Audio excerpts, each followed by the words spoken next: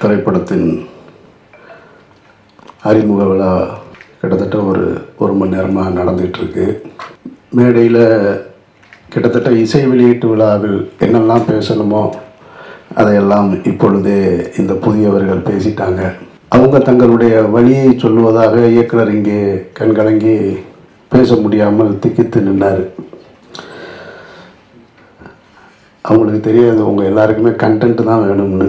மேடையில் இருக்க எல்லாரும் எனக்கு நன்றி சொன்னாங்க, இயக்குனர் சொல்லவே இல்லை. அது ஏன் சொல்லலைன்னா, நான் அவரை சுட்டி காட்டுறதுக்காக சொல்லலை. அவர் வந்து நின்று என்ன பேசுகிறதுன்னு தெரியாமல் இருந்தார். ஸோ அதனால் அவர் தன்னுடைய கடந்த காலத்துக்கு, அந்த திரைப்படம் எடுக்கப்பட்ட காலத்துக்கும், அந்த நிகழ்வுகள் நடைபெற்ற இடத்துக்கும் போயிட்டார்.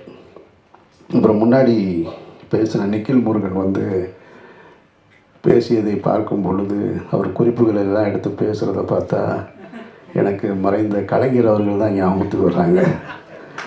அவர் ஒருத்தர் மட்டும்தான் எந்த விழாவாக இருந்தாலும், எந்த பேச்சாளர்கள் பேசிக்கிட்டு இருந்தாலும் பேசும்பொழுது ஒவ்வொரு பேச்சாளர்கள்கிட்டருந்து ஒரு குறிப்பு எடுத்துக்கிட்டு எல்லாருக்கும் பதில் சொல்லுவார். கலைஞருக்கு பிறகு இப்பொழுது நிக்கில் தான் நினைக்கிறேன். நான் அவ்வளோ தெளிவாக எப்படி இந்த வேலையை செஞ்சாப்புலன்னு தெரில. நோட்ஸ் எடுத்துக்கிட்டே இருந்திருக்காப்புல போல இருக்குது. ஓகே, ரொம்ப சந்தோஷம். கேவி இது ஒரு நாயகனுடைய பெயர் கிடையாது, ஒரு ஊருடைய பெயர். அந்த ஊர் வந்து பெரியகுளத்துக்கும் தேனிக்கும் நடுவில் இருக்கிற ஒரு ஊர். அவங்க சொன்னது மாதிரி மேலே இந்த பக்கம் போனால் 10 கிலோமீட்டர் போனால் கொடைக்கானலுக்கு போயிடலாம், கீழே வந்தால் பெரியகுளத்துக்கு வந்துடலாம், தேனிக்கு வந்துடலாம். இந்த மாதிரி ஒரு மலை கிராமம் அது. இந்த மலை கிராமத்தை பற்றின அனுபவம் எனக்கு இருக்குது. பெரியகுளத்துக்கு இன்னொரு புறம் அகமலைன்னு ஒரு ஊர் இருக்குது. அந்த ஊரில் குண்டஞ்சை எஸ்டேட்னு ஒரு எஸ்டேட், அதுக்கு நான் போயிருக்கேன் என்னுடைய பள்ளிக்கூட காலகட்டத்தில். கிட்டத்தட்ட அது இப்படி போகும், மேலே குதிரையில் தான் போகணும். அதில் ஒரு கிட்டத்தட்ட 2 மணி நேரம். பயமாக இருக்கும், குதிரை எப்போ வேணாலும் விழுந்துருமோன்ற அச்சம் இருக்கும். குதிரையில் தான் அந்த மூடைகளை கட்டிட்டு போவாங்க. கேவியில் கூட இப்படி இருந்தது பாதை, அது ஃபுல்லாக இப்படி இருக்கும், பாறையாக இருக்கும், நடப்பாதை கூட இருக்காது. அந்த அனுபவம் எனக்கு இருக்குது. அதோட புகைப்படங்கள்லாம் நான் வச்சுருக்கேன். நான் இப்போ எப்படி இருக்குன்னு தெரில. அது மாதிரியான ஒரு மலை கிராமத்தை பற்றி தான் இவங்க அந்த மலை கிராமத்தில் மருத்துவமனைக்கு வருவதாக இருக்கட்டும் அல்லது பள்ளிக்கூடங்களுக்கு வருவதாக இருக்கட்டும், இந்த மாதிரி சாலை வசதி இல்லை. அப்போது ஒரு பெண் கர்ப்பம் அடைஞ்சிட்டா, கர்ப்பிணியாக இருக்காங்க, அவங்க வந்து மருத்துவமனைக்கு போகணும். அந்த பிரசவ நேரத்துக்கு மருத்துவமனைக்கு போகணும்னா அந்த வழி சொல்லுவாங்க. வீட்டில் அனுபவஸ்தர்களுக்கு தெரியும். அந்த தண்ணீர் குடம் உடைஞ்சிடும் அப்படின்னு சொல்லுவாங்க. அந்த தண்ணீர் குடம் உடைஞ்சு அங்கேருந்து ஒரு 2 மணி நேரத்துக்குள்ளே மருத்துவமனைக்கு போயிடணும். அதுதான் அந்த தாயையும் சேயையும் குழந்தையை காப்பாற்ற முடியும். ஆனால் இந்த கேவி கிராமத்திலிருந்து, வெள்ளக்கேவி கிராமத்திலிருந்து மருத்துவமனைக்கு, அரசு மருத்துவமனைக்கு வருவதாக இருந்தால் 7 மணி நேரம் ஆகும். இது பகல்லையே இந்த கஷ்டம்.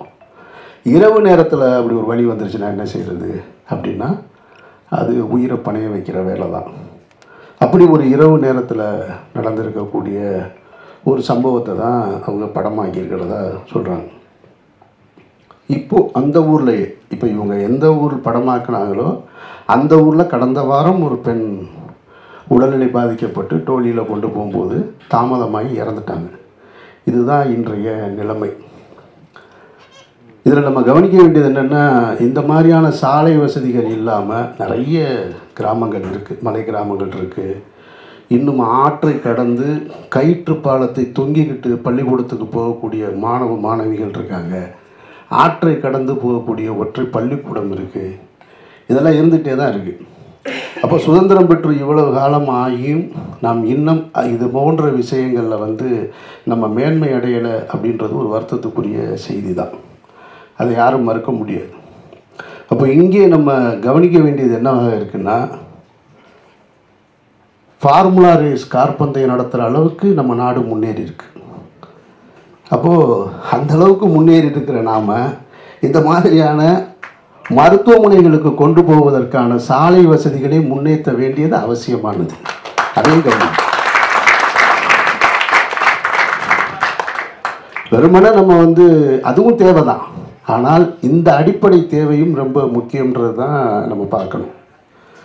அப்போ அப்படி ஒரு சூழலில் தான் அவங்க ஏன் அவங்கக்கிட்ட இந்த வழியை சொல்கிறேன்னு எல்லாரும் சொன்னாங்க, ஊடக நண்பர்களை பார்த்து சொல்கிறாங்கன்னா, இந்த செய்தியை நீங்கள் கடத்தணும், அரசுக்கு கொண்டு போய் கடத்தணும் அப்படின்றது தான் அவங்களுடைய நோக்கம். அதுக்கு தான் நான் ஒரு ஸ்பீக்கர் ஆகி நிற்கிறேன். நான் அவர்கள் சொல்ல நினைப்பதை என்னுடைய வாயிலாக நான் உங்ககிட்ட சொல்கிறேன். நிச்சயமாக இப்போது ஜெய் பீம்ன்ற ஒரு திரைப்படம் வந்தது. அந்த திரைப்படத்தை பார்த்ததற்கு பின்னால் தமிழக அரசு உடனடியாக தலையிட்டு இருளர்களுக்கான அவருடைய வாழ்க்கையை மேம்பட செய்வதற்கான பட்டா வழங்குவது இதெல்லாம் நடந்தது. அது மாதிரியாக கெவி திரைப்படமும் ஒரு சூழலை ஏற்படுத்தும், அவர்கள் வாழ்க்கையில் மாற்றத்தை ஏற்படுத்தும்னா அப்படி ஒரு சூழல் நடக்கணும்னு நானும் வேண்டிக்கிறேன். உங்களுக்கு அந்த நன்றியை செலுத்துகிறேன். அப்போ தமிழக அரசின் கவனத்துக்கு இந்த கெவி திரைப்படத்தையும் கொண்டு போக வேண்டியது அவசியமாக இருக்கின்றது தான் மறுக்க முடியாத உண்மை. இதில் இன்னொரு சிக்கல் இருக்குது. அதை படக்குழுவினர் யாரும் தப்பாக நினச்சிக்க கூடாது. அதாவது ஒரு திரைப்படம் என்பது அது ஒரு மெயின் ஸ்ட்ரீம் மீடியா.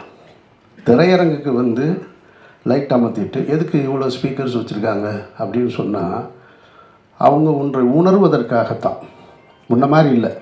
இப்போல்லாம் 5.1 7.1 டால்பி ஸ்டீரியோ எல்லாம் வந்ததுக்கு பின்னாடியே அந்த திரைப்படம் இந்த தாக்கத்தை தனக்கு ஏற்படுத்தணும் அப்படின்றது. இப்போது நீங்கள் படப்பிடிப்பு தளத்தில் நான் கஷ்டப்பட்டேன், அங்கே ரொம்ப சிரமம் இருந்தது, நாங்கள் வேதனைகளை அனுபவித்தோம், கண்ணீரை அனுபவித்தோம் அப்படின்னு சொல்லுவதால் மட்டும் அது கடந்துராது ஆடியன்ஸுக்கு. அந்த திரைப்படம் அதை கடத்துதா, அது அந்த வேலையை செய்தால்ன்றது தான் ரொம்ப முக்கியமானது. ஏன்னா அதில் நீங்கள் ரொம்ப கவனமாக இருக்கணும். நீங்கள் ஒரு இண்டிபெண்டன்ட் ஃபிலிம் மேக்கர்ன்றீங்க, அப்புறம் எல்லாருமே நாங்கள் எல்லாமே புதியவர்களாக இருந்தோம்னு சொல்கிறீங்க. கேட்குறதுக்கு நல்லா இருக்குது, படம் பார்க்குறதுக்கு நல்லா இருக்கணும், அது ரொம்ப முக்கியம். ஏன்னா இந்த நாட்டில் வாச்சாத்தின்னு ஒரு நிகழ்வு உங்களுக்கு எல்லாருக்குமே தெரியும். 18 பெண்கள் பாலியல் வன்முணர்வு செய்யப்பட்ட ஒரு கொடுமை. அதுக்கு 30 ஆண்டு கால போராட்டத்துக்கு பின்னாடி இப்போ தான் தீர்ப்பு வந்தது, உங்கள் எல்லாருக்கும் தெரியும், பத்திரிகையாளர்களுக்கு. ஆனால் வாச்சாத்தி மையப்படுத்தி ஒரு திரைப்படம் வந்தது, பார்க்க முடியாது, ரொம்ப நேரமாக நம்ம போர் அடிக்கும். அந்த வழி நமக்கு உணரவே முடியாது. அப்போ மேக்கிங்கில் ஃபிலிம் மேக்கிங்கில் கொஞ்சம் அமெச்சூராக இருப்போம். அப்போ அது போன்று இருந்து விடக்கூடாதுன்றதில் ரொம்ப கவனமாக இருக்கணும் நீங்கள். இதை ஏன் நான் உங்ககிட்ட இந்த இடத்துல சொல்கிறேன்னா, திரையரங்குக்கு வந்ததுக்கப்புறம் நீங்கள் அதை பற்றி பேசி பிரயோஜனமே கிடையாது. உங்களுடைய திரைப்படத்தினுடைய ஒரு காட்சியை, ஒரு முன்னோட்டத்தை எனக்கு அனுப்பிச்சிருந்தீங்க. அதில் பார்த்து 2 தேவையில்லாத 2 ஷார்ட்ஸ் இருக்குது என்னுடைய பார்வையில். அது ஒரு ஹீரோவை முன்னிலைப்படுத்துவது போல். அது இந்த இடத்துக்கு கொண்டு சேர்க்காது. இவங்க அந்த மாதிரி நிறைய பார்த்துட்டாங்க. இவங்களுக்கு எல்லாம் தெரியும் யார் யாருக்கு என்ன ஷார்ட் வைப்பாங்கன்னு முன்னாடியே சொல்லிடுவாங்க, படம் பார்க்குறதுக்கு முன்னாடியே. அதனால் அதையெல்லாம் தவிர்த்துட்டு நீங்கள் படம் முடிகிறதுக்குள்ளே, படம் காப்பி ரெடியாக ரிலீஸ் பண்ணுறதுக்குள்ளே ஒரு தடவை இப்போ என்னை இந்த விழாவுக்கு அழைத்தது போல் உங்கள் பிஆர்ஓ மூலமாக இன்னும் சில நல்ல இயக்குநர்கள் இருக்காங்க, அவர்களை அழைச்சி படத்தை போட்டு காமிச்சு, சார் இதில் எந்தெந்த இடம் வீக்காக இருக்குது, இல்லை எதை எப்படியாவது என்ஹான்ஸ் பண்ண முடியுமா, தேவையில்லாத காட்சிகள் எது ரிப்பீட் மோடில் இருக்குது, இதையெல்லாம் பார்த்து கொண்டு போய் சேர்க்க வேண்டியது உங்கள் பொறுப்பு. அப்படி சேர்த்திங்கன்னா தான் நீங்கள் பட்ட கஷ்டம் போய் சேரும். அதை நீங்கள் புரிஞ்சுக்கங்க, அதை தவறாக எடுத்துக்க வேணான்றது தான் என்னுடைய கருத்து. ஏன் அப்படி சொல்கிறேன்னா, சினிமா மெயின் ஸ்ட்ரீம் மீடியா தான் ரொம்ப முக்கியமானது. நீங்கள் எந்த வழியை சொல்வதாக இருந்தாலும், சமீபத்திய உதாரணங்களை நீங்கள் இப்போ சொல்லிக்கிட்டு இருந்தீங்க, வாழை சொன்னீங்க. வாழை மெயின் ஸ்ட்ரீம் சினிமாவுக்கு பக்கத்தில் இருக்குது. அதுதான் அதனுடைய வெற்றி. அதில் நீங்கள் புரிஞ்சுக்கணும். ஆனால் பக்கத்தில் இருக்கக்கூடிய கொட்டுக்காளின்ற திரைப்படம் அது ஃபெஸ்டிவல் சினிமா. அதை நல்லா புரிஞ்சுக்கணும். அது மெயின் ஸ்ட்ரீம் சினிமா கிடையாது. அதுக்காக அது நல்ல படம் இல்லைன்னு அர்த்தம் இல்லை. அது ஃபெஸ்டிவல் மோடுக்காக தயாரிக்கப்பட்ட ஒரு படம். அப்போ ஃபெஸ்டிவல் மோடுக்காக தயாரிக்கப்பட்ட ஒரு திரைப்படத்தை, பல சர்வதேச விருதுகளை பெற்ற ஒரு திரைப்படத்தை இங்கே கொண்டு வந்து நீங்கள் சக மெயின் ஸ்ட்ரீம் மீடியாவோட போட்டி போட வைப்பது என்பதே அது ஒரு வன்முறை தான். அது எனக்கு ஏற்புடையதல்ல. அப்படி ஒரு படத்தை கொண்டு வந்து போட்டி போட வைக்கவே கூடாது. அது தேவையற்ற வேலை. சர்வதேச விருது வாங்கின ஒரு திரைப்படம், பாராட்டுக்களை பெற்ற ஒரு இயக்குனரை இங்கே ஒரு 150 ரூபா கொடுத்துட்டு வெளியில் வரும்போது ஒருத்தர், இப்போ தான் யூடியூப் நிறையா வந்துருச்சு இல்லையா, யூடியூப் வந்துட்ட காரணத்தினால என்ன பண்ணுறாங்கன்னா, நாங்கள் படமாக எடுத்து வச்சுருக்காங்க, நம்ம அதை பார்க்குறோம். 2 நாளாக நான் பார்த்துட்ருக்கேன். அந்த டைரக்டரை பார்த்தா நான் வெட்டுவேன், அடிப்பேன் அப்படின்லாம் சொல்கிறேன். அவருக்கு யார் அந்த உரிமை கொடுத்தது? வெட்டுவேன் அடிப்பேன்னு சொல்கிறதுக்கான உரிமை யார் கொடுத்தா? படம் நல்லா இல்லைன்னு சொல்கிற, அது ஓகே, ஏன் நீ காசு கொடுத்து பார்த்ததுனால தான் அது கூட உனக்கு அந்த உரிமை, இல்லைன்னா அது கூட கிடையாது. அப்போது தேவையற்ற முறையில் என்னை பொறுத்த மட்டும் நான் கொட்டுக்காளி திரைப்படத்தை நான் எடுத்திருந்தேன், தயாரிச்சிருந்தேன் அப்படின்னா நான் தியேட்டருக்கே கொண்டு வந்திருக்க மாட்டேன். அதை வணிக நோக்கத்தில் கொண்டு வந்து திணிக்க வேண்டிய அவசியம் இல்லைன்னு நான் நினைக்கிறேன். அது அவசியமற்றது. அது சர்வதேச திரைப்பட விருதுகளை பெற்றிருக்கு. அந்த கண்ணியத்தை அப்படியே கொடுத்துருக்கணும். அதனுடைய தயாரிப்பாளர் ஒரு பிரபல நடிகராக இருக்கிறாரு. அவர் நிச்சயமாக அவருடைய இன்ஃப்ளூயன்ஸை வச்சு அது ஒரு ஓடிடி தளத்துக்கு விற்றுருந்துருக்கான். அதோடு போட்ட முதலீடை எடுத்துகிட்டு பிரச்சனையை முடிச்சிருந்தா தேவைப்படுறவங்க அந்த படத்தை போய் ஓடிடியில் பார்த்துருப்பாங்க. இப்போ நீ கொண்டு போய் 1000 ரூபா பணத்தை கொடுத்துட்டு குடும்பத்தோடு போய் எனக்கு பாட்டு இல்லை, ஓப்பனிங் சீன் இல்லை, மியூசிக் இல்லை, இன்ட்ரோல் பிளாக் சரியாக இல்லை, எண்டு ப்ராப்பராக இல்லைன்னு சொல்ல வேண்டிய அவசியம் எங்கே ஏற்படுது? நான் பாக்கெட்லேருந்து காசு எடுத்து கொடுக்கும்போது வருது. அப்போ அது தேவையற்றது. அப்போ மெயின் ஸ்ட்ரீம் சினிமாவுக்கு என்ன சொல்லணும், ஃபெஸ்டிவலுக்கு என்ன சொல்லணுன்றது நம்ம தெரிஞ்சு வச்சுக்கணும். அதை விட்டுவிட்டு நான் ஃபெஸ்டிவலுக்கு எடுத்த மூடில் படத்தை எடுத்துகிட்டு நாளைக்கு கெவியாக கூட இருக்கலாம், இதே படத்தை கொண்டு வந்து நீங்கள் மெயின் ஸ்ட்ரீமில் கொண்டு வந்து வச்சுட்டு என்ன ஆடியன்ஸ் பார்க்க மாட்டேன்றாங்க அப்படின்னு சொல்லக்கூடாது. அது ஏற்புடையது கிடையாது.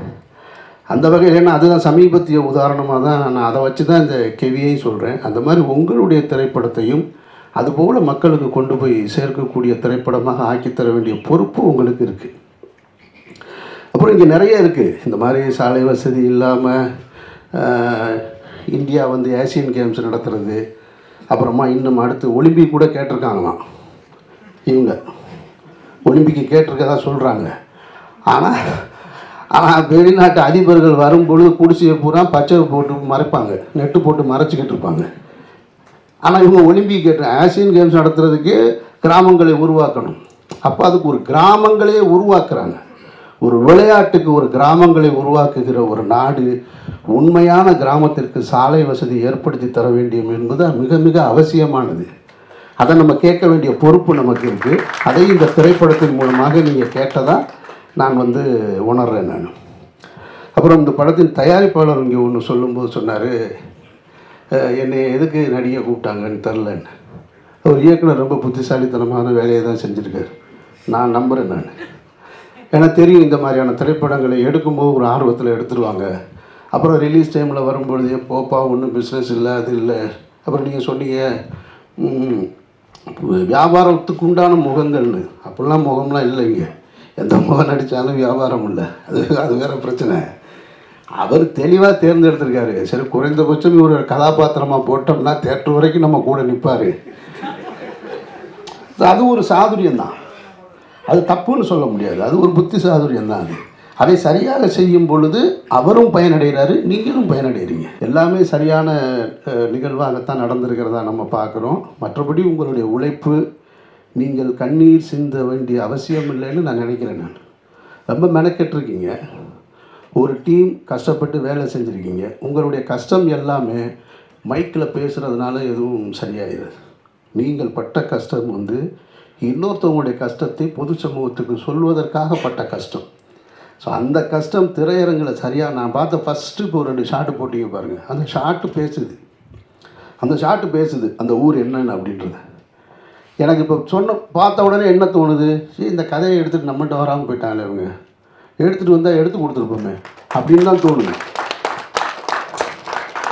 நான் நகரத்தில் வளர்ந்தவன், நான் மதுரைன்ற நகரத்தில் வளர்ந்தவன். எனக்கு கிராமங்கள் தெரியும். ஆனால் கிராமத்தில் இருக்கக்கூடிய வழி என்னன்றது அவங்களதெல்லாம் அதெல்லாம் அவ்வளோலாம் நான் வளரலை. நான் ரொம்ப சின்ன வயசில் ரொம்ப ஜாலியாக சுற்றிக்கிட்டு இருந்த பையன். நான் காலேஜ் வர வரைக்கும் ரொம்ப ஜாலியாக இருந்தேன் நான். அதனால் நான் பார்த்த விஷயங்களே அங்கங்கேயும் அந்த கிராமம் அது இதுன்னு எனக்கு இருக்கிற சினிமா அனுபவத்தை வைத்து, நான் பார்த்த சினிமா அனுபவத்தை வச்சு எனக்குன்னு ஒரு கதையை உருவாக்கி நான் திரைப்படம் எடுத்துகிட்டு இருக்கேன். இது நான் பார்க்கல. இப்போ இந்த ஃபஸ்ட்டு ஷாட்டு பார்த்த உடனே ஆகா நம்ம பண்ணியிருக்கலாம் இந்த படம் அப்படின்னு தோணுச்சு. அப்போது நம்ம கடைசியாக சேர்க்கிறதை விட முதல்லையே நீங்கள் யாரையாவது சந்திச்சிருந்தால் இன்னும் சரியாக கூட வந்திருக்கும்னுன்றது. எதுவாக இருந்தாலும் நீங்கள் சரியாக பண்ணியிருக்கீங்கன்னு எனக்கு நம்பிக்கை இருக்குது. அந்த ஷாட்டு பார்க்கும்போது முழு படமும் அந்த உணர்வை எனக்கு கொடுத்துருச்சுன்னா நீங்கள் வெற்றி அடைஞ்சிட்டீங்கன்னு அர்த்தம். உங்களுடைய வெற்றி என்பது அரசின் காதுகளுக்கு போய் கேட்கும். எப்படி ஜெய்பீம் திரைப்படத்தை இந்த மாநிலத்தின் முதல்வர் பார்த்தாங்களோ அதுபோல் உங்களது இந்த திரைப்படத்தையும் படம் நல்லா இருந்துச்சுன்னா பத்திரிகையாளர்கள்ட்ட உங்கள்கிட்ட அன்பாக கேட்டுக்கிறேன், இந்த படம் என்றைக்கு ரிலீஸ் ஆகுதோ காப்பி ரெடி ஆகுதோ அதை பார்த்துட்டு உங்களுடைய விமர்சனங்களில் இந்த திரைப்படத்தை தமிழகத்தின் முதல்வர் பார்க்க வேண்டும்னு கடைசி வரியாக கோடிட்டு எழுதுங்க. இது வரைக்கும் நீங்கள் செஞ்சிருக்க மாட்டீங்க, முதல் முறையாக செஞ்சு பாருங்கள். அதற்கு தகுதியாக இந்த படம் இருக்குமானால் சொல்லுங்கள். ஒரு வேளை கொஞ்சம் 1-2 சின்ன சின்ன குறைகள் இருந்தால் கூட மன்னிச்சு விட்டுருங்க, புது டீம் தானே. அதனால் மன்னிச்சு விட்டுட்டு இந்த செய்தியை கொண்டு போய் அரசின் கவனத்துக்கு சேருங்க. ஒருவேளை தமிழக முதல்வரோ இன்றைக்கு இருக்கக்கூடிய அமைச்சர்களோ அந்த படத்தை பார்த்துட்டு அந்த சாலை வசதியை ஏற்படுத்தி கொடுத்தாங்கன்னா அந்த மாற்றம் உங்களால் நிகழ்ந்தது வல்ல இறைவனால் நிகழ்ந்ததுன்னு நானும் நம்பிக்கையோடு காத்திருக்கிறேன். இந்த விழாவுக்கு அழைத்ததற்கு நீங்கள் எல்லோரும் நின்று இந்த படத்தை பற்றி மக்களிடத்தில் கொண்டு போய் சேர்க்கிறதுக்கு என்னுடைய நெஞ்சார்ந்த நன்றி.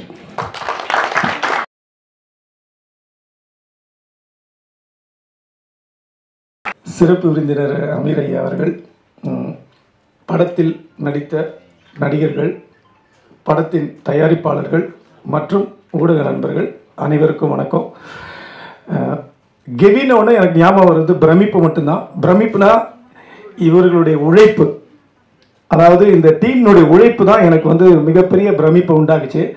ஏன்னா அவங்க அதன் மேலே கொண்ட நம்பிக்கை தான் எனக்கு இப்போ வரைக்கும் எனக்கு பெரிய ஆச்சரியத்தை கொடுத்துட்டே இருக்கு. அந்த நம்பிக்கையில் தான் இந்த மொத்த படமும் ட்ராவல் ஆகிருக்கு. ஏன்னா அதனுடைய டெரெயின் எப்படின்னா, நான் முறை போனப்போ நான் தான் சொன்னேன், அந்த 8 கிலோமீட்டர் அந்த வட்டக்கனாலேருந்து கீழே இறங்கி போனப்போ நான் சொன்னது, எத்தனை பேருக்கு ஞாபகம் இருக்குன்னு தெரியல இவங்களுக்கு, இந்த ஹாஸ்பிட்டல்ஸ்லாம் இப்போ இந்த ஹெல்த் செக்அப் பண்ணுறாங்கல்ல, body full checkup, MRI, CT scan, அதெல்லாம் எதுவுமே தேவையில்லை. நீங்கள் அந்த 8 கிலோமீட்டர் நடந்து போனீங்கன்னா உங்கள் பாடி என்ன கண்டிஷனில் இருக்குன்றது நீங்கள் உணரலாம். ஏன்னா அவ்வளோ கஷ்டமான டெரெயின். ஏன்னா இவங்கெல்லாம் சாதாரணமாக ஒரு வாட்டியும், ஏன்னா அந்த ஊருக்கு ஒன்றே தான், இவங்க ஒன்றே தான் பண்ணல இந்த டீமு. அந்த ஊரில் ரேஷன் கார்டும் ஆதார் கார்டு மட்டும்தான் எடுக்கலன்னு நினைக்கிறேன். மற்றபடி அங்கேயே தான் மொத்தமாக செட்டில்டு இவனுங்க எல்லாருமே. அதுதான் எனக்கு மிகப்பெரிய ஒரு, ஏன்னா நான் முதல் டைம் போனப்போ நான் அதை டென்ட்டில் தான் தங்கணும் வெளியில். அதான் டென்ட்னா கேம்பிங் டென்ட். அது எனக்கு எத்தனை சினிமா குரூ அப்படி நடக்குதுன்னு தெரியல. ஏன்னா எப்படினாலும் அதில் நடித்த கதாநாயகனாக இருக்கட்டும் இல்லை கதாநாயகி எல்லாருமே அந்த கேம்பிங் டென்ட்டில் தான் தங்கினாங்க. அதாவது கெவி அந்த ஊர் கேம்பிங் டென்ட்டில். ஸோ இதன் உழைப்பு, இந்த உழைப்புக்கு கண்டிப்பாக ஒரு அங்கீகாரம் கிடைக்கும்னு நினைக்கிறேன். அதற்கு இங்கு வந்த அனைவருக்கும், அதாவது நம்ம அமீர் ஐயா இதை நம்பி வந்திருக்காரு. இந்த மாதிரி ஒரு இதில் சின்ன டீம் பெரிய டீம் எல்லாம் எனக்கு அதில் நம்பிக்கை இல்லை. எனக்கு இது ஒரு டீமு. இந்த டீம் ஒன்று பண்ணியிருக்கு, ஒரு பெரும் உழைப்பை நம்பி மட்டும்தான் இது பண்ணியிருக்காங்க. ஸோ இந்த உழைப்புக்கு எல்லாருடைய ஆதரவும் தேவை. இதுதான் துவக்கப்புள்ளி. இன்னும் நிறைய மேடைகள் இருக்குது. ஸோ படம் ரிலீஸ் ஆகிற வரைக்கும் ஸோ அதற்கு எல்லாருக்கும் உங்களுடைய ஒத்துழைப்பும் உங்களுடைய அன்பும் தேவைப்படுது. நன்றிங்க.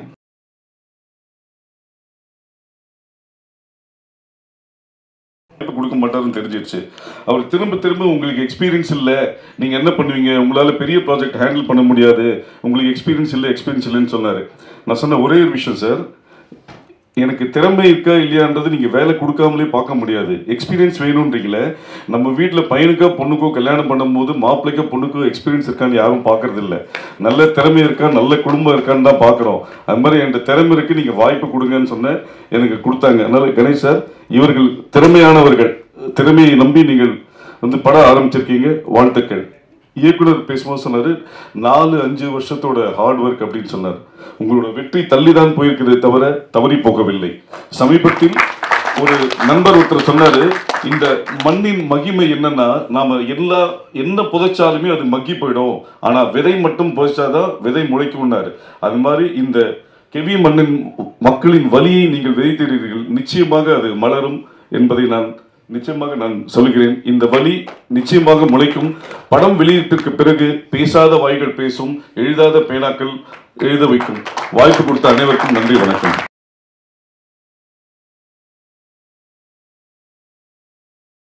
இந்த படத்தில் நான் வந்து ஒரு நடிகையாக ஒர்க் பண்ணல, அக்காவாக தான் ஒர்க் பண்ணியிருக்கேன். என்ன சொல்கிறது, என் கூட பிறந்த தம்பிங்க கூட என்னை அக்கான்னு ரொம்ப எல்லாம் கூப்பிட்டதில்லை. சென்னைக்கு வந்து இங்கே இருக்கிற தம்பிங்க தான் என்னை அக்கான்னு கூப்பிட்டுட்ருக்காங்க.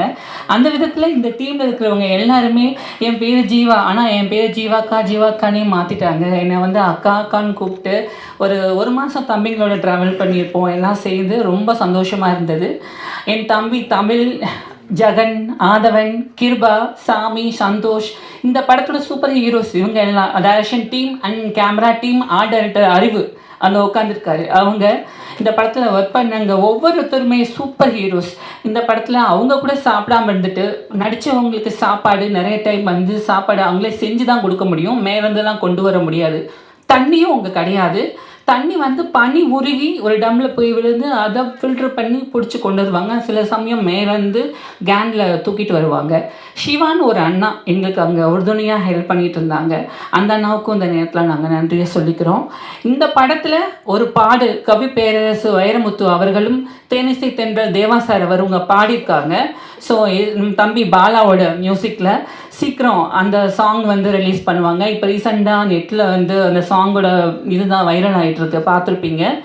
ஸோ எங்கள் படத்தில் எல்லாம் சொன்னாங்க, இப்போது தமிழ் சினிமா வந்து மறுபடியும் பழைய ரூட்டுக்கு திரும்பி இருக்கு, நல்ல கதைகள் எப்படி இருந்தாலும் ஜெயிக்கும் அப்படின்ற ஒரு காலம் உருவாகி இருக்கு. அதுக்கு எடுத்துக்காட்டாக இப்போ ஒரு 4-5 படங்கள் வந்து ரிலீஸ் ஆகிருக்கு. எல்லாமே சூப்பராக போயிட்டுருக்கு. கதைகளுக்கு முக்கியத்துவம் உள்ள படங்கள். அந்த வரிசையில் இந்த டைமில் எங்கள் படத்தோட அறிவிப்பு வந்தது எனக்கு ரொம்ப சந்தோஷமாக இருக்குது. இதையும் நீங்கள் தூக்கி கொண்டாடுவீங்கன்ற நம்பிக்கை எனக்கு ரொம்ப ரொம்ப இருக்குது. இந்த நேரத்தில் எங்களுக்கு சப்போர்ட் பண்ணுறதுக்காக வந்திருக்கிற நம்மளுடைய உயர் திரு அமீர் சார் அவர்களுக்கு ரொம்ப நன்றி. நம்ம கணேஷ் சார் அவர்களுக்கும் நன்றி. இங்கே வந்திருக்க பண்பலை நேயர்கள் அண்ட் யூடியூப் சோஷியல் மீடியாவில் இருக்கிற அத்தனை நண்பர்களுக்கும் நன்றியை தெரிவிச்சுக்கிறேன். எங்கள் படத்தில் ஒர்க் பண்ண அத்தனை பேருக்கும் என்னுடைய நன்றியை தெரிவிச்சுக்கிறேன். நன்றி, வணக்கம்.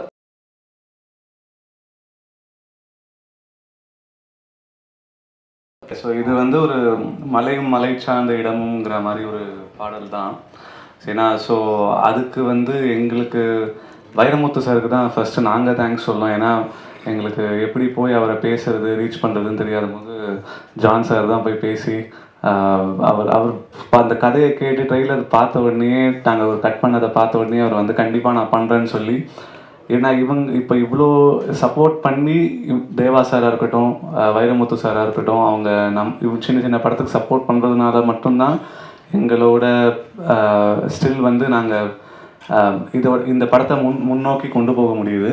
ஸோ இதை மாதிரி இன்னும் நிறைய பேர் சப்போர்ட் பண்ணியிருக்காங்க. 2வது பாட்டு யுகபாரதி சார் எழுதியிருக்காரு. அதை இன்னும் ஸ்டில் நாங்கள் ரெக்கார்ட் பண்ணணும். இதை நான் பாடுற அளவுக்கு பெரிய சிங்கர்லாம் கிடையாது. அதனால் ஜஸ்ட்டு மாமலையே எங்க மலைச்சாமியே, ஓமடியில் எங்க உசுறு கிடக்குதே, இங்க ஒரே சனோ ஒரே ஏனோ உறவாடுதே, இங்க ஒரே நதி ஒரே விதி பொதுவானதே, புழு பூச்சி போல பொழப்பு நடக்குதே,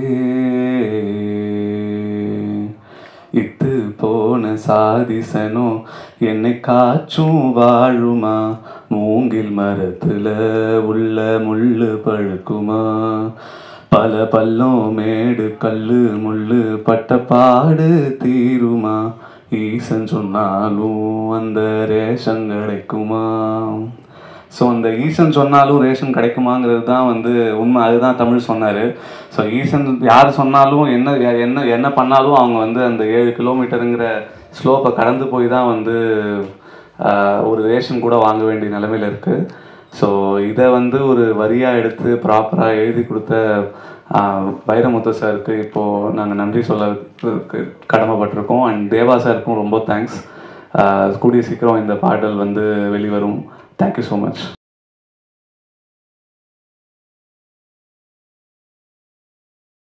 கிட்டத்தட்ட வந்து ஒரு இதோட பயணம் வந்து ஒரு 4 வருஷம்.